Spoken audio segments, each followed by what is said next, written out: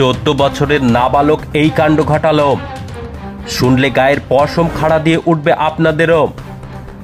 অবিশ্বাস্যকর ঘটনা ঘটে গেল বসিরহাটের হাসনাবাদে। 6 বছরের শিশুকন্যাকে খুন করে পুকুরে পুঁতে দিল সম্পর্কে দাদা। গ্রেপ্তার নাবালক। তদন্তে পুলিশ। খুনি নাবালক ছাত্রকে নিয়ে পুলিশ খুনের পুনর্নির্মাণ করলেন গ্রামে। উত্তর 24 পরগনা জেলার বসিরহাট মহকুমার হাসনাবাদ থানার হাসনাবাদ গ্রাম পঞ্চায়েতের রামেশ্বরপুর মনোহরপুর গ্রামের ঘটনা। বছর 6 সাইমা খাতুন প্রথম শ্রেণীর ছাত্রী।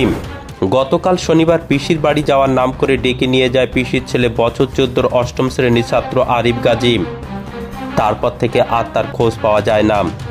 ওই ছাত্রীর বাবা মা সহ পরিবারের সদস্যরা খোঁজাখুঁজি করলে সন্ধ্যা হয়ে গেলেও তাকে পাওয়া যায় না।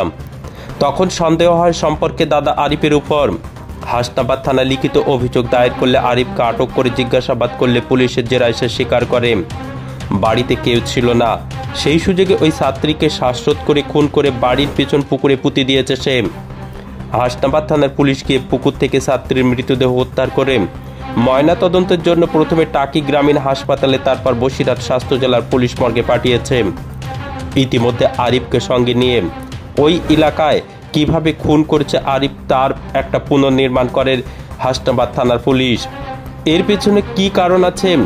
আত্মীয়ের দুই পরিবারের মধ্যে দীর্ঘদিনের ঝামেলা, গন্ডগোল, জমি বিবাদ, না অন্য কিছু লুকিয়ে রয়েছে? খুনের মোটিভ খোঁজারও চেষ্টা করছে পুলিশ। ইতিমধ্যে বছর 14 ছাত্র আরিফ গাজীকে গ্রেপ্তার করেছে হাসনাবাদ থানার পুলিশ। এখন আমি একটু ঘুমিতে বেলা হলে উঠি, এখন শুনলাম বাচ্চাটা ওর বোনের বাড়ি গিয়েছিল আর কি, পিসির বাড়ি খেলা করতে করতে নিয়ে গিয়েছিল। এখন নিয়ে যাওয়ার পরে বেশ ঘন্টাখানি পরে এরা বলছে যে আর পাওয়া যাচ্ছে না। আমাদের বৌমা বলছে বাচ্চাটা কোথায় গেল, বাচ্চা পাচ্ছে তোমার দিকে এসছে, যায় আমাদের বাড়ি। আমার না তো, এইবার খোঁজ করতে করতে করতে মানে গেছে একটা মাঠের মাঝখানে, যেই একটা মাঠের সাইডে একটা পুকুর আছে। হ্যাঁ হ্যাঁ, এই পাড়া ও পাড়া। এখন এইবার মোটামুটি পুকুর আছে সেখানে। এখন সেই পুকুরে দেখে জুতো ভাসতেছে।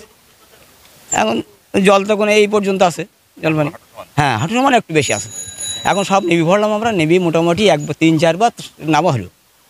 তারপরে এবার তো পাওয়া গেল না। জুতো যখন না পাওয়া গেছে তখন আমি বলছি শিগগির গাড়ি ফাড়ি নিয়ে এখানে কোনো ছোট। হ্যাঁ, ও মেয়ে কিন্তু কেউ ধরে নিয়ে গেছে মনে হচ্ছে, সন্দেহ একটা মনে আমাদের সন্দেহ হচ্ছে। হ্যাঁ, এখন বলার পরে তখন এবার কেউ গেল না, কেউ এদিকে কেউ ওদিকে ছড়িয়ে ছিটিয়ে চলে গেল।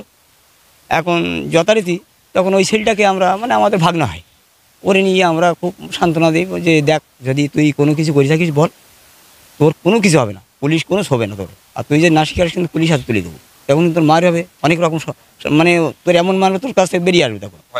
হ্যাঁ, ভয় দেখান। হাতে পায়ে ধরেছি যে বাবা তোর পায়ে ধরি, হাত ধরি, তুই বল, তবু বলিনি। এইবার যদিও বলতে যাচ্ছিল, আবার আমার পাশ থেকে আবার 2-4 জন তারা আছে, বলছি দেখো এরকম কাজও করতে পারে না, ওর মতো ছেলেই করবে। আমি না, ওর কিন্তু মনের দিকটা আমি কিন্তু বুঝতে পারছি, মানে ওর দিকটা একটা কাজ হয়েছে, একটা কাজ কিছুটা আনুমানিক আমি পাচ্ছি। তবু বলি বাবা তুই বল। ও বলিনি, বারবারই বলার সত্ত্বেও বলিনি।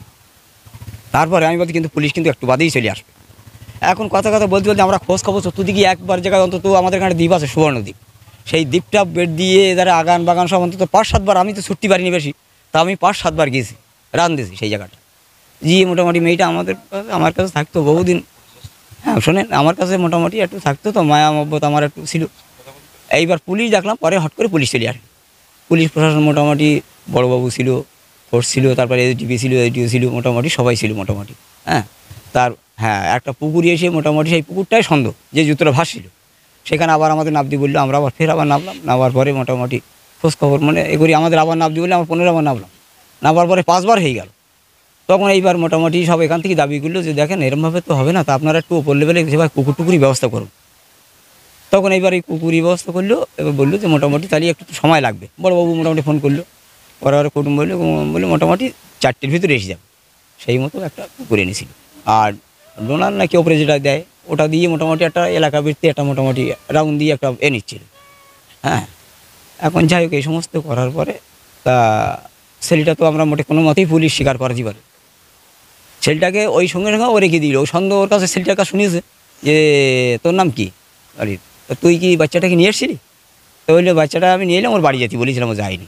তখন পুলিশ আর সন্দেহ করেছে ওর উপরে, সন্দেহ করে ওর সঙ্গে সর্বক্ষণ ওর কাছে রেখেছে। সর্বক্ষণ পুলিশ কিন্তু ওর আড়াল হতে দেয়নি, ও মানে কাছেই রেখেছে ওরে।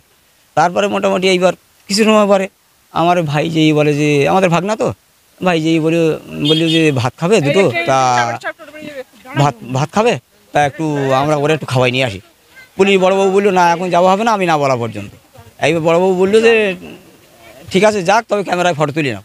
ক্যামেরায় ফটো রাখলো, এইবার খাওয়াই দেবে। ওখানে আবার 3-4 ফোর্স আসলো, এই যে মোটামুটি ওরে সঙ্গে সঙ্গে চান করে খাওয়াই দেবে, আবার নিয়ে চলে গেল। এইবার সন্ধ্যে পর্যন্ত কুকুর খোঁজাখোঁজ করি, কোনো কিনারা হলো না, এখানে ওখানে দেখে এসে মোটামুটি চলে গেল। আর ওরে নিয়ে গেল থানায়। নিয়ে যাওয়ার পরে এখন আরও বাড়ি চলে আসলাম। বাড়ি চলে আসার পরে মোটামুটি হ্যাঁ, এখন বলে আসার পরে আমরা বাড়ি চলে আসার পরে মোটামুটি তারপরে কিছু মানে অনেক রাত আমরা খোঁজাখোঁজ করার পরে এখানে ওখানে খোঁজাখোঁজ করার পরে শুনতে পাচ্ছি রাত 3টের সময় ওরা এসে, হ্যাঁ পুলিশ এসে ওখানে খোঁজ মেয়ে মারধর করে স্বীকারোক্তি করে গিয়ে মোটামুটি সেই ওর বাড়ি সেখানে আর পানি নেই, একটুখানি পানি, সেখানেই ওই লাশটা ও মেরিয়ে পুঁতে দিয়েছে সেখানে।